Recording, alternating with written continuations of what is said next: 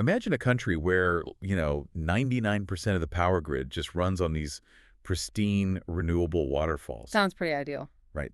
I mean, you're driving a brand new EV, your home is heated by like highly efficient geothermal pumps, and there isn't a single coal-fired power plant in sight. It really feels like the future. It does. It's the absolute dream scenario for most Yeah, places. exactly. But now I want you to imagine that despite all of that, you and every other citizen in this country are somehow generating roughly 10 tons of greenhouse gases every single year. Which is just a massive number. Staggering. So welcome to the deep dive.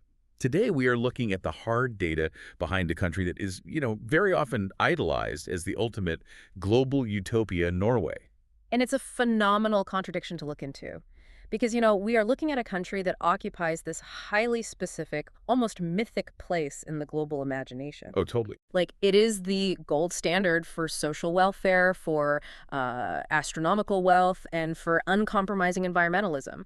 But when you actually strip away the PR and look at the raw macroeconomic, demographic, and environmental indicators from the World Bank, well, the story becomes infinitely more complicated. And that is exactly our mission today.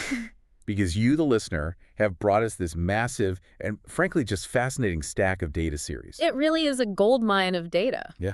And to really do this justice, I want you to set up a mental canvas as we talk. Yeah. Picture a completely darkened room, and up on the wall is a stark, minimalist dashboard. Very academic. Exactly. No 3D fluff, like absolutely no 3D pie charts or distracting animations or, stock photos of beautiful fjords. Just pure white backgrounds, academic grays, and these deep, rich blues. Maximizing that data ink ratio. You got it. And if you read it in a Z pattern or an F pattern, the left side or the top gives you the core, undeniable insight, and then the right side gives you the hard, flat 2D data visualization to back it up. I love that visual framing, really, because the data we are going to explore today, it requires that kind of intense, undistracted focus.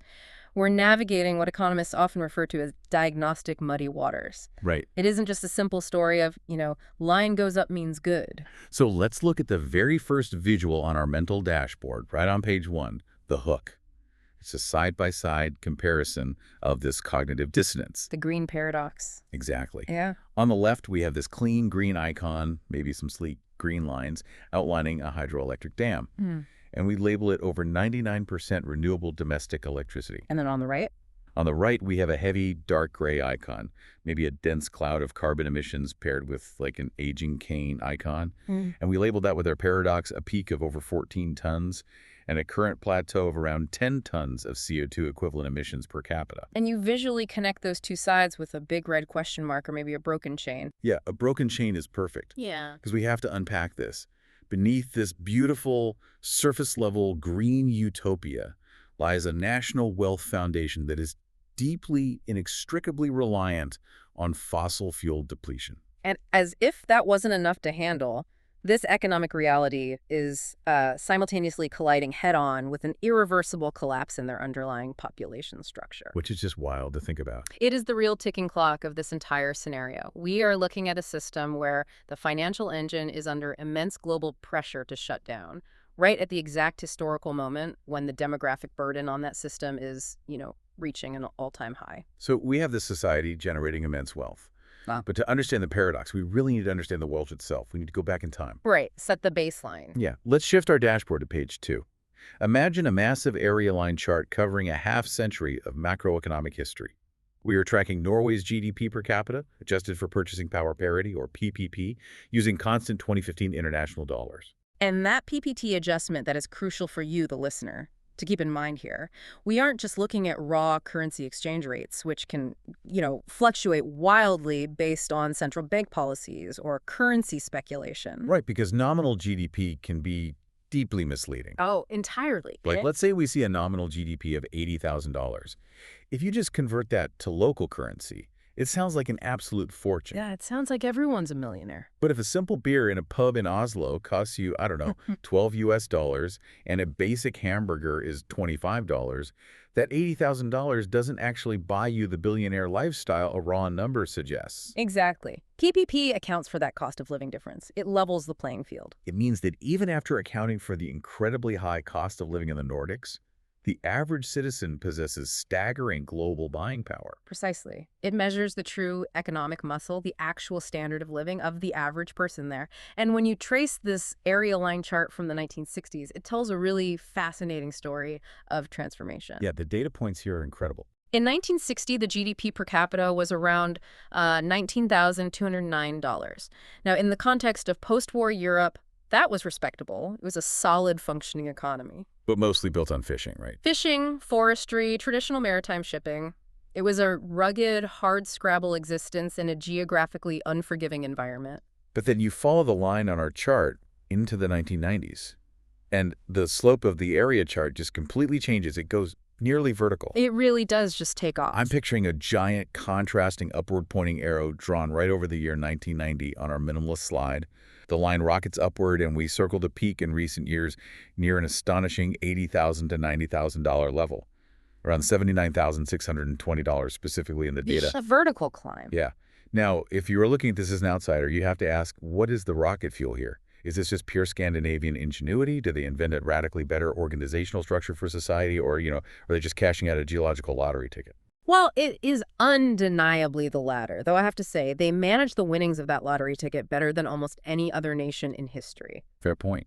The steep acceleration you see post-1990 correlates directly with the massive industrial scaling up of their North Sea oil and gas extraction. Let's drill down into that history for a second, no pun intended there, because they didn't just find oil in 1990 and magically get rich the next day, right? No, not at all. They actually discovered the Ekofisk oil field in the late 1960s. But extracting oil from the North Sea isn't like striking oil in the deserts of Texas or, the shallow waters of the Gulf. It's a much harsher environment. The North Sea is brutal. It requires incredibly complex, massive, deep-water offshore infrastructure. So they spent the entire 1970s and 1980s borrowing money, developing cutting-edge maritime engineering, and building these floating metal cities out in the ocean. Wow, so decades of prep work. Exactly. And by the time the 1990s rolled around, the infrastructure was fully operational, global demand was soaring, and they began cashing those geological tickets in at a phenomenal rate. Which brings us to a really sobering reality check on our dashboard. Let's flip to page 3. We're looking at the dark current of this wealth. The underlying cost. Yeah. Imagine a stacked bar chart breaking down where all this national income actually comes from, focusing on natural resource depletion. And right in the middle of this chart, there is a massive, high contrast, deep red dashed circle. Highlighting a very specific World Bank metric. Right. Adjusted net savings energy depletion as a percentage of GNI. Gross national income, or GNI, is essentially the total domestic and foreign output claimed by residents of a country. And this metric, adjusted net savings, is one of the most brilliant and honestly ruthless tools the World Bank uses. Why is it so ruthless? Because traditional GDP is kind of dumb, right? I mean, it just measures how much stuff you produced and sold. Yep, traditional GDP doesn't care if you had to burn your own house down to sell the firewood. That's a great way to put it. It treats the liquidation of natural capital as pure income. If you chop down an ancient forest and sell the timber, your GDP goes up. But your country is now permanently poorer by one forest. Right. Adjusted net savings docks your score for that depletion. It asks a fundamental question: are you actually building sustainable, repeatable wealth? Or are you just liquidating finite natural resources that took millions of years to form? And the data inside that red dashed circle is wild. We're looking at the years around 2000 where this energy depletion metric broke past 10.4% of their GNI, and the raw data actually shows it reaching up to 15.7% in certain peak years. It's a massive chunk of their national income. Let's just pause on that. Yeah. Over 15% of their gross national income wasn't earned in the traditional sense of someone providing a service or manufacturing a sustainable good. No, it was simply the value of finite fossil fuels being permanently vacuumed out of their sovereign territory and sold off. Once it's gone, it's gone. Exactly. They are drawing down a finite savings account to fund their current lifestyle. Now, if you've studied European macroeconomics, you're probably yelling at your phone right now saying, but what about the sovereign wealth fund? Right, the famous oil fund. And you'd be totally right to bring that up. To their immense credit, Norwegian policymakers recognized this exact problem back in the 1990s. They knew the oil would eventually run out, or that the world would eventually stop buying it. So they created Oljefondet, the government pension fund global. Right. They took the proceeds from that red dashed circle and pumped it into global equities, real estate, and bonds. They essentially transformed finite subterranean black liquid into perpetual abstract financial returns. Which is brilliant. They own over 1% of all globally listed shares now. It is brilliant, but, and this is the massive but, that the World Bank data exposes it, doesn't change the physical reality of the metric we are looking at on this slide. No, it doesn't. The financial engineering is absolutely flawless, but the physical reality remains. This incredibly high per capita income, the very foundation of their modern society, is inextricably bound to the export of carbon. It is an outward-facing carbon economy financing a domestic green economy. That is exactly the right way to phrase it. And that phrase, an outward-facing carbon economy, is the perfect transition to page 4 of our dashboard, because this is where the global perception of Norway really clashes with the hard data. The green energy illusion. Yeah. Let's wipe the screen and pull up a massive ultra-minimalist donut chart. We use a low-saturation Morandi gray-green for the highlight, and right in the center, in huge, bold typography, is the number 99%. With a little pal outline noting that hydropower is absolutely dominant. Exactly. This represents their domestic electricity production. The data shows that Norway has 100% electricity access for its entire population, which, is a baseline for a developed nation. Right, you'd expect that. But the staggering part is that the share of that electricity generated by hydroelectric power has consistently maintained a 95 to 99.6% share for over half a century. It's a remarkable achievement. Let me just repeat that for you, the listener, because it's almost hard to comprehend if you live in a grid powered by coal or natural gas. For 50 years, nearly 100% of their electricity has come from water. Yeah, it's mind-boggling. I want you to imagine your own home, your own city, running entirely on waterfalls. Every time you flip a light switch, every time you plug in your phone, every time a Tesla supercharger clicks on, the power is coming from glacial meltwater rushing through a turbine inside a mountain next to a fjord. It looks perfectly clean. It feels perfectly clean. It is the ultimate environmental success story on paper. But why are they able to do this while the rest of the world struggles? It is a geographic blessing of the highest order.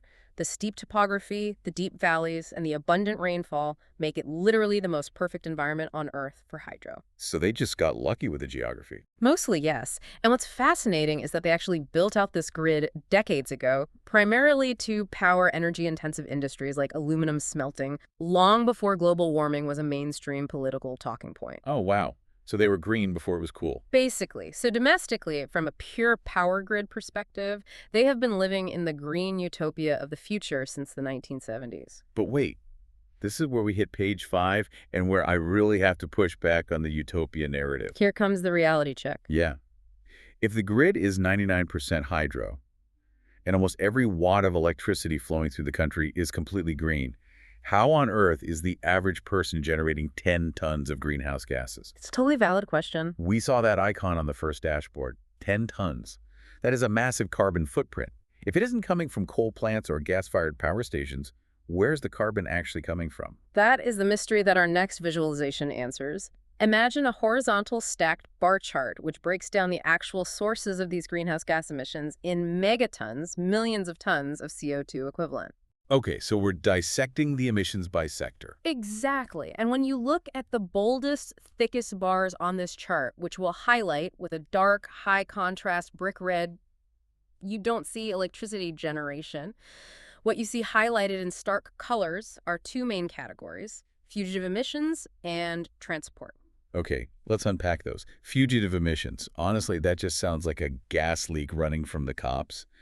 What exactly does that mean in the World Bank data? Well, it essentially is a leak, but on a massive industrial scale. Fugitive emissions refer to the greenhouse gases that escape into the atmosphere during the extraction, processing, and transport of fossil fuels. Wait, if fugitive emissions are just leaks from offshore rigs, shouldn't that be a localized problem, like just a plumbing issue? You would think so. Why doesn't Norway just cap the leaks, tighten the valves, and keep the oil money flowing without the carbon footprint? It seems like an engineering problem, not an existential one.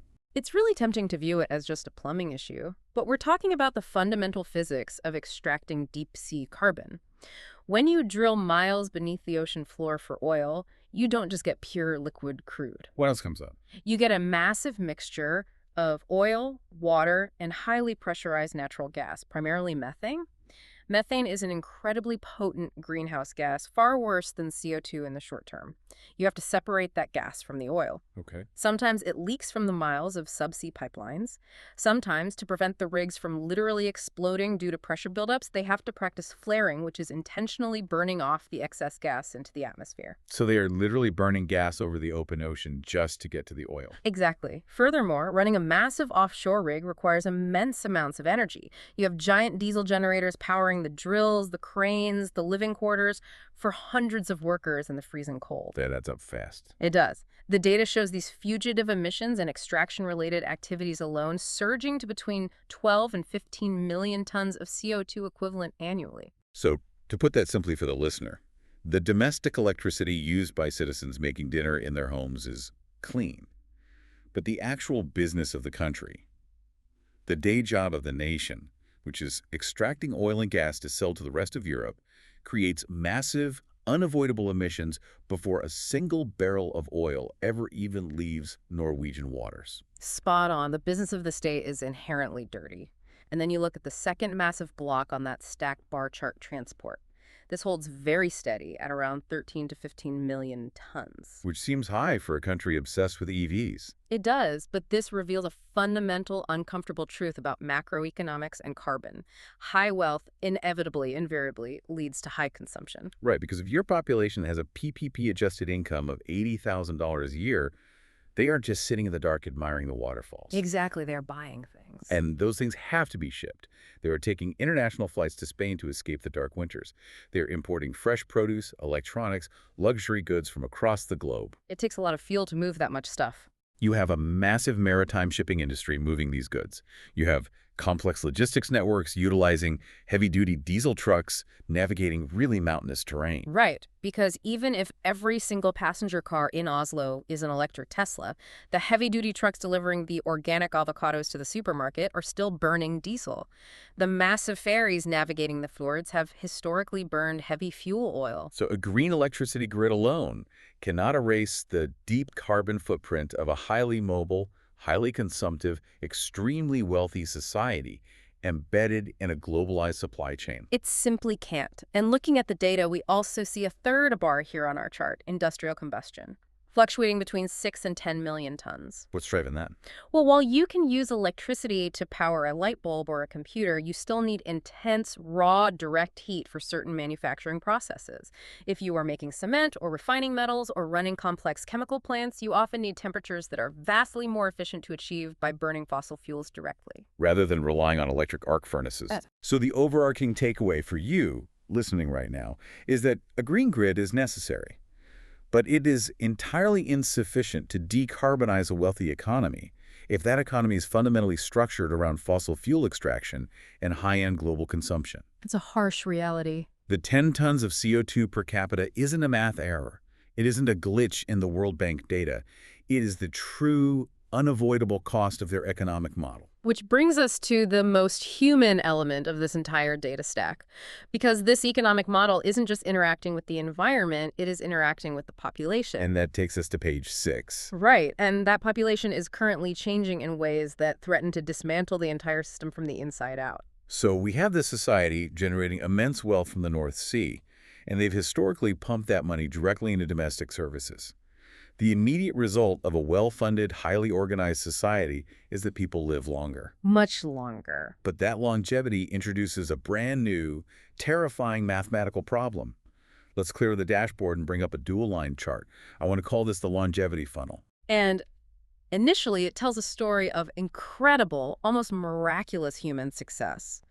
The wealth we just spent 20 minutes talking about didn't just go into bank accounts. It built world-class hospitals, it funded cutting-edge preventative medicine, and it created a social safety net where no one falls through the cracks. The human outcomes are undeniable.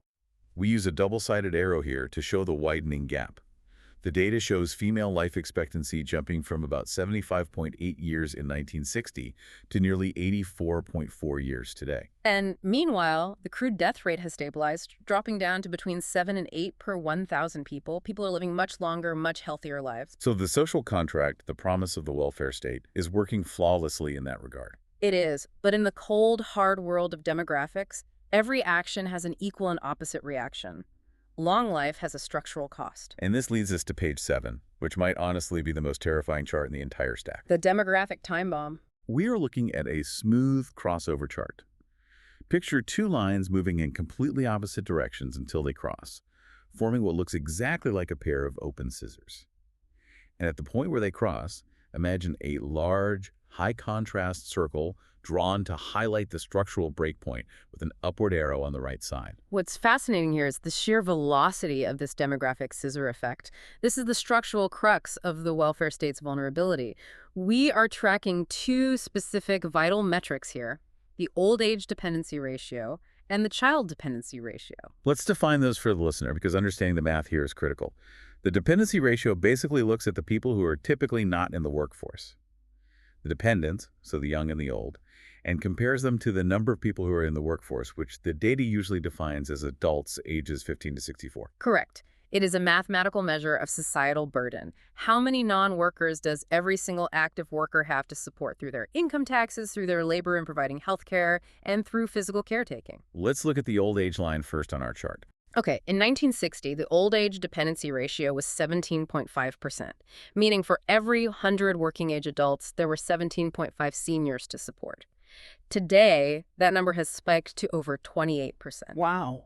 And if you look at the trend line, the arrow is pointing aggressively, almost violently upward. Meanwhile, the child dependency ratio, the burden of raising the youth, completely collapsed. It dropped from 41.1% in the 60s down to around 24% today. So the lines have crossed. The burden of the old has surpassed the burden of the young. There is a massive structural shift happening. But, I mean, why does that matter so much? A dependent is a dependent, right? If you have fewer kids and more seniors, doesn't it just balance out financially? That is the most common misconception, and it is entirely wrong. You have to understand what this means for a highly specialized social welfare state like Norway. Okay, break that down. Caring for a child is largely a private burden that is subsidized by the state.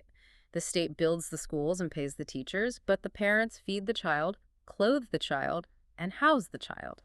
And a teacher can manage a classroom of 25 to 30 children simultaneously. Right. It's a highly scalable form of care. Exactly. But caring for an 85-year-old in a state-funded medical system is an exponentially higher public cost, and it absolutely does not scale. Because of the medical needs. Right. End-of-life care requires intense, individualized medical intervention.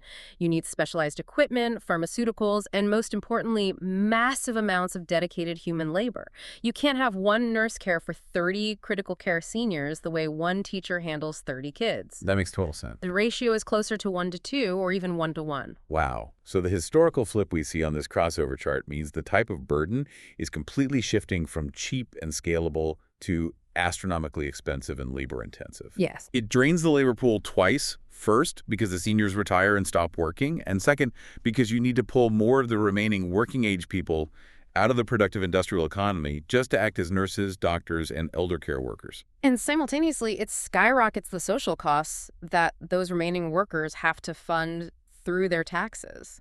And it gets worse when you look at the pipeline of new workers coming in to replace the retiring ones. Let's look at page 8, a step chart showing the drawing labor pool. This is a really grim visual. We draw a downward sloping dashed arrow from left to right.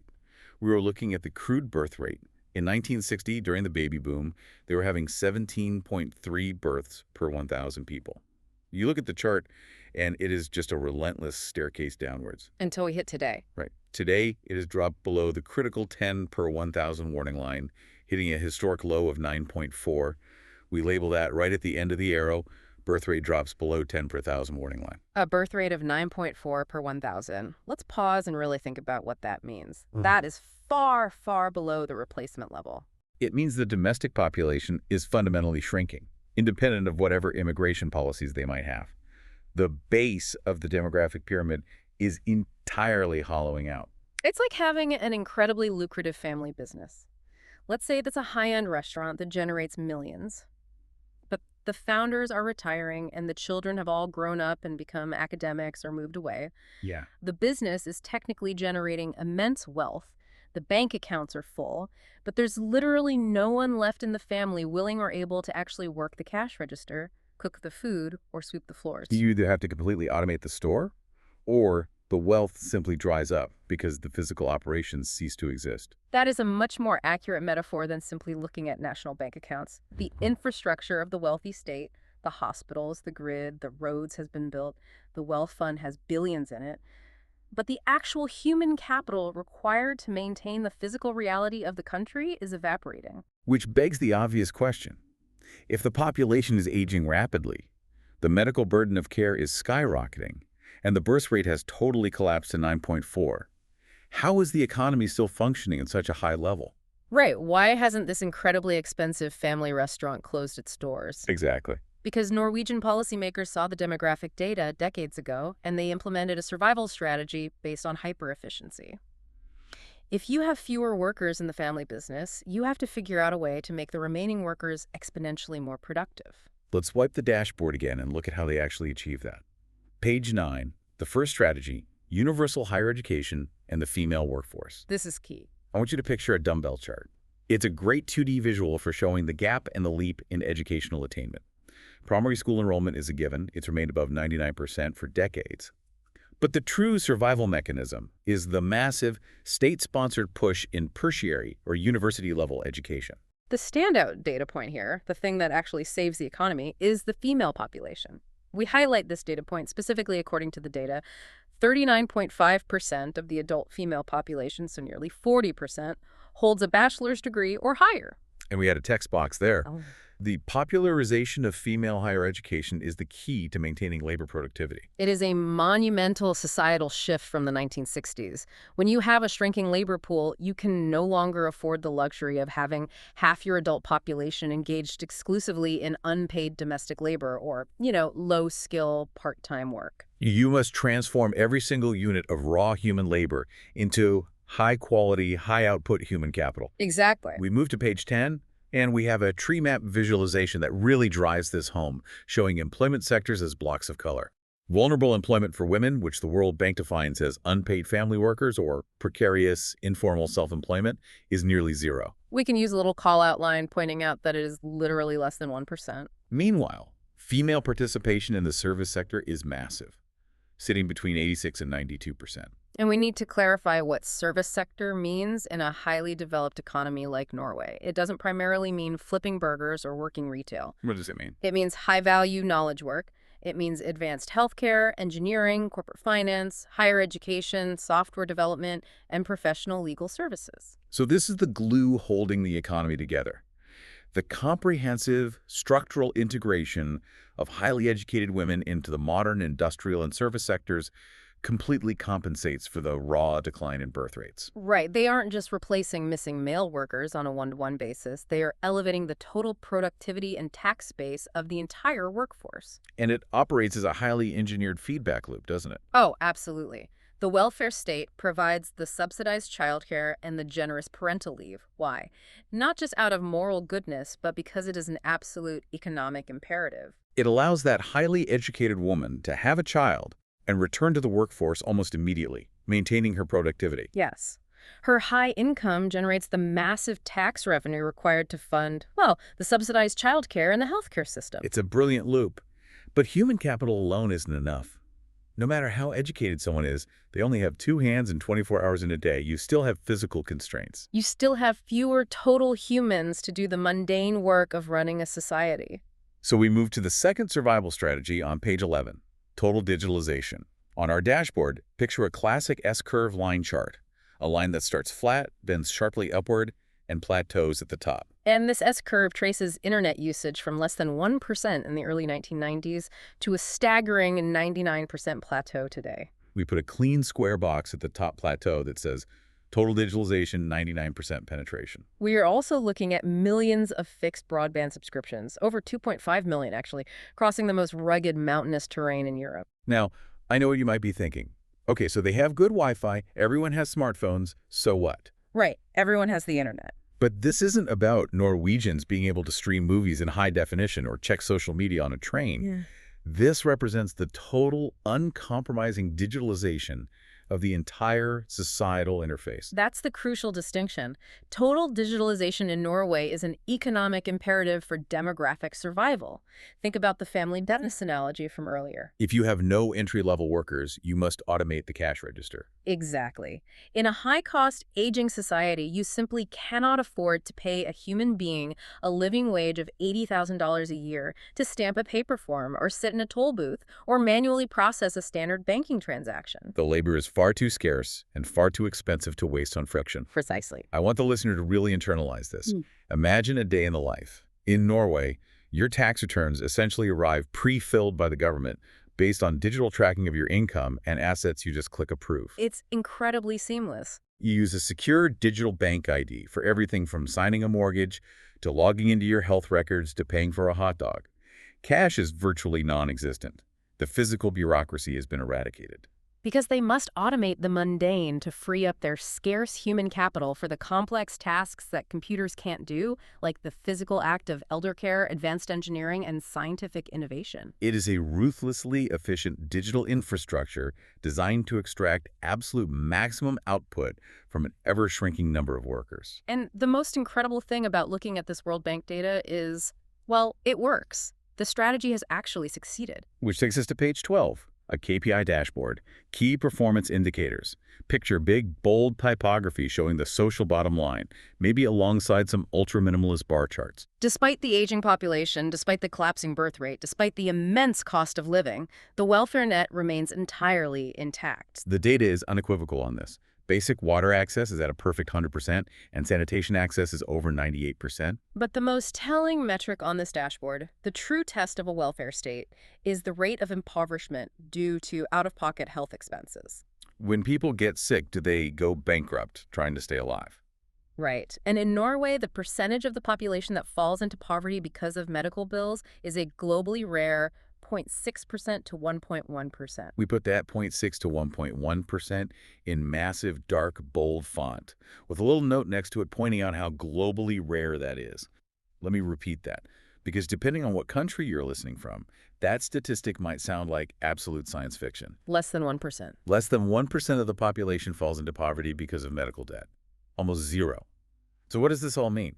It means they have managed to keep the central promise of the welfare state alive. The family business is still serving five-star meals. But they are walking a razor-thin tightrope to do it. It's an incredibly delicate equilibrium. They have perfectly balanced the demographic deficit with extreme technological and educational efficiency. But equilibria, by their very nature in economics, are fragile. And that brings us to the final section of our analysis today, the underlying existential vulnerability of the entire Norwegian model. Let's wipe the mental dashboard one last time for page 13. We are looking at a connected scatter plot. The x-axis represents energy consumption, and the y-axis represents GDP output. This tracks energy efficiency over time, and the data shows a clear, positive improvement. We draw an arrow showing the trajectory moving up and to the right. Right. Norway's constant GDP output per unit of energy used has grown steadily, from $11.50 per kilogram of oil equivalent in the early data, climbing to over $14 recently. So they were getting more economic bang for their energy buck. Their internal industries are becoming leaner and greener. Yes. But there's a massive caveat, which is their absolute reliance on external markets. The share of goods and services exports as a percentage of GDP is enormous. So we label that trajectory arrow, output efficiency increases, but reliance on energy exports to external markets remains unchanged. You can be as internally efficient as you want. You can have a 99% hydro grid. You can digitize your entire bureaucracy. But if your national income, the very wealth that funds the hospitals and the pensions, is deeply structurally reliant on extracting and exporting fossil fuels to the rest of the world, your destiny is not entirely in your own hands. You are tethered to global commodity prices. And more importantly, you are tethered to global climate policy. Which leads us to the grand finale of this data stack on page 14. The ultimate synthesis of everything we've looked at. We are calling this visualization the century test. Visually, it is a dual-axis line chart, and it is the absolute culmination of the entire Norwegian paradox. I want you to visualize this carefully. On one axis, we have a relentless, deeply stubborn, upward-sloping line. This is the old age dependency ratio. We saw it earlier. It is the biological reality of an aging society. It's going up, it is accelerating, and absolutely nothing can stop it in the short term. People are aging, and they will need care. The physical and financial cost of pensions and healthcare is going to rise exponentially. And this raises the ultimate macroeconomic question: how do you pay for it? Exactly. Because on the other axis of this chart, we have a line that represents total greenhouse gas emissions, excluding land use and the fossil fuel extraction that drives their national wealth. Historically, that line has been high, hovering around 10 to 14 tons per capita, oscillating at the top. But under intense international pressure, under binding climate agreements, and due to simple geological reality, as the North Sea feels mature, that line must come down. It has to drop. So you have two massive, undeniable, almost gravitational trends moving in direct opposition. The wealth funding the pensions comes fundamentally from the outward-facing oil and gas economy, which is under existential global pressure to phase out. Meanwhile, the demand for those pensions and the human labor required for elder care is going straight up into the stratosphere. We draw a striking, high-contrast shaded area right between those two diverging lines. And we label it Norway's century test. That widening gap, that is the ultimate stress test for the country. The wealth funding the system must decrease, while the cost of the system must increase. Can the sovereign wealth fund bridge the gap indefinitely? Can human capital, no matter how highly educated, keep productivity high enough to compensate for a shrinking workforce? It is the most high-stakes balancing act in modern economics. And let's be fair, it is a balancing act that Norway is navigating better with more foresight and more capital than almost anyone else on Earth, thanks to the structural advantages we discussed. The extreme education levels, the total digitalization, and the massive financial buffer of the wealth fund buy them time. But time isn't a solution. The math is still the math. Okay, we have covered an immense amount of ground today. We've gone from the depths of the North Sea to the demographics of the classroom. Let's reach page 15, the conclusion. Let's clear the charts. No more graphs. Just 3 clean, academic-style info cards summarizing the core paradoxes we've unpacked for you today, maybe with some ultra-minimalist icons. Number 1, the prosperity paradox. The 100% green domestic hydrogrid is an engineering miracle, but it masks the high-carbon reality of a nation whose primary business is fossil fuel extraction. 10 tons of CO2 per capita is the unavoidable price of that wealth. Number 2, the demographic squeeze. We are looking at a society with an $80,000 plus GDP per capita that is being slowly suffocated by a biological reality, a birth rate under 10 per 1,000, and an aging burden rapidly approaching 30%. The family business is running out of workers. And number 3, the future engine. The only way the system has survived thus far is through total, ruthless digitalization, that 99% internet penetration, and the complete integration of a highly educated female workforce into the high-value service sector. They are fighting biological decline with extreme technological and sociological efficiency. As we close out this deep dive, I want to leave you with a final thought to mull over, something that isn't explicitly in the World Bank data, but is the logical conclusion of this trajectory. What's that? We've spent this entire time talking about Norway using high-level human capital and technology to survive their shrinking population. But consider this: what happens over the next 10 years when artificial intelligence gets so advanced that it automates the exact high-end, knowledge-based service sector jobs that 90% of those highly educated Norwegian women currently occupy. Oh, wow. That's a chilling thought. If algorithms wipe out the need for human corporate finance workers, legal analysts, and software developers, the exact mechanism Norway built to save their welfare state might be the very thing that collapses their tax base. Because if AI takes the knowledge jobs and you don't have enough physical humans left to do the manual elder care jobs, the loop just breaks. Exactly. If algorithms dismantle the knowledge economy, the hyper-efficient human capital strategy completely backfires. That is incredibly sobering. It is. And if Norway, with its vast trillion-dollar sovereign wealth fund, its near-perfect digitalization, its highly educated populace, and its entirely green domestic grid, if Norway is facing an existential crisis balancing its aging population against the global demand to end fossil fuels and the rise of AI, what does that mean for the rest of the world? That is the real takeaway here. We leave the rest of the slide blank except for one sentence. The second half of the Polar Riches story is the ultimate weather vane for every welfare state on the planet. It is, because most countries facing this exact same demographic collapse do not have a trillion-dollar oil fund or a 100% hydro grid to fall back on. They don't have the luxury of a buffer. A weather vane indeed. We're watching the future play out in real time. I want to encourage you, as you go about your day, to look at your own country's data through this new lens. Are you looking at the energy illusion or the carbon reality? How is your demographic crossover chart looking? Is your family business running out of workers? The data is out there. The truth is in the numbers. You just have to know how to read it. Thank you for taking this deep dive with us today. Until next time, keep asking the hard questions and keep looking past the surface.